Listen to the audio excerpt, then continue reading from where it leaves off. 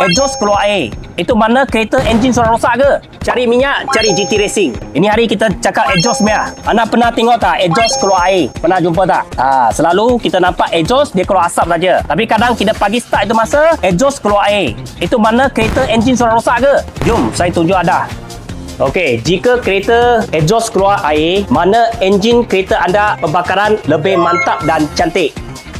Okey, anda jangan risau, itu air dia akan takung dekat exhaust pipe, nanti dia jadi karat. Jangan risau sebab dia manufacturing dia sudah ada buat itu lubang dekat exhaust dalam. So air dia akan keluar dari lubang sini. Nampak tak?